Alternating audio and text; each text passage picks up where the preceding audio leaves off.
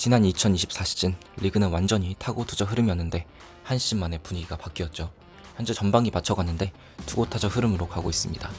물론 올해 유독 뛰어난 외국인 투수들이 대거 들어왔다는 점, ABS 시스템 조정 같은 다른 요소들도 분명히 있지만 단 1년 만에 리그 흐름이 이렇게 급격히 바뀌었다는 걸 설명하기에는 다소 부족하죠. 결국 이 큰 변화의 가장 핵심 원인은 공인구라고 생각합니다.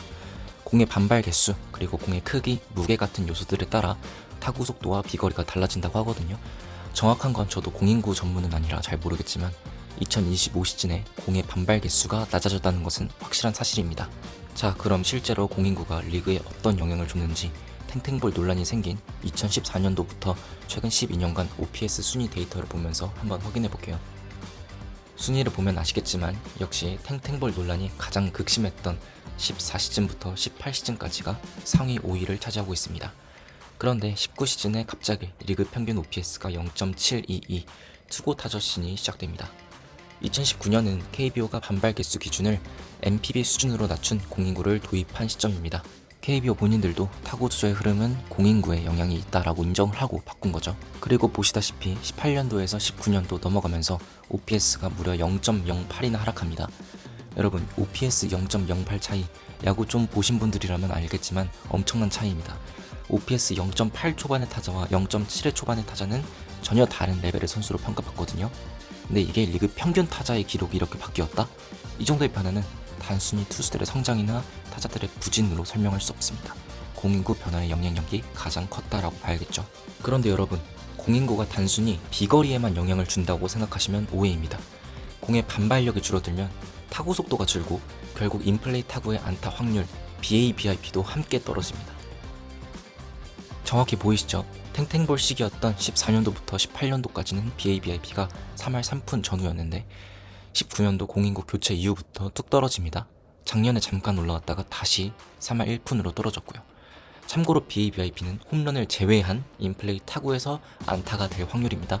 즉 홈런이든 안타든 타구 속도에 직접 영향을 미치는 게 공인구라는 점 아셨으면 좋겠습니다. 그렇기 때문에 공인구로 인한 리그의 흐름 변화는 결국 선수 평가에도 큰 영향을 미칩니다.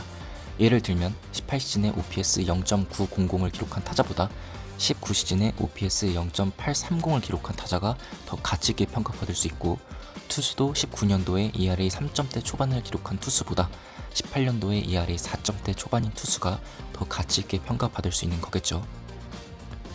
그걸 증명한 대표적인 선수는 전 SK 투수 메릴 켈리입니다. 메릴 켈리는 2015년부터 2018년까지 KBO에서 뛰었고 메이저에 진출해 대성공을 거두었죠. 사실 켈리의 KBO 시절 클래식 스탯만 보면 KBO에서 압도적인 스탯을 기록하지 못했습니다. KBO 통산 ERA 3.86이었고요.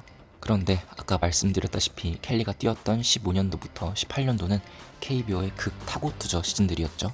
거기에 문학구장이라는 타자 친화 구장을 썼습니다. 켈리의 9인당 피홈런이 0.8개, 사실 이게 보통 시즌이면 투수가 0.8개 좀 많다라고 볼 수 있겠지만 당시 리그 평균이 9인당 피홈런이 1개 이상이었던 데다가 문학구장을 사용한다는 점을 생각하면 오히려 매우 준수한 기록이라고 해석을 할 수 있는 거죠. 게다가 켈리는 삼진 능력이 매년 성장하는 모습을 보여줬고 볼넷 억제력은 워낙 훌륭했고요.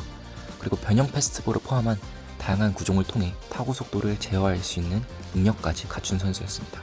단순 ERA만 보면 KBO에서 3점대였으니까 메이저에서는 대충 5점대 나오겠네?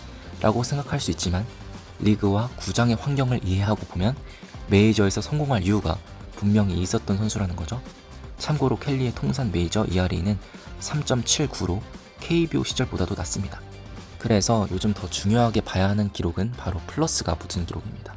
플러스가 붙은 기록을 하면 WRC 플러스, ERA 플러스, OPS 플러스처럼 리그 평균을 100으로 놓고 상대적인 성과를 보는 지표들을 말합니다.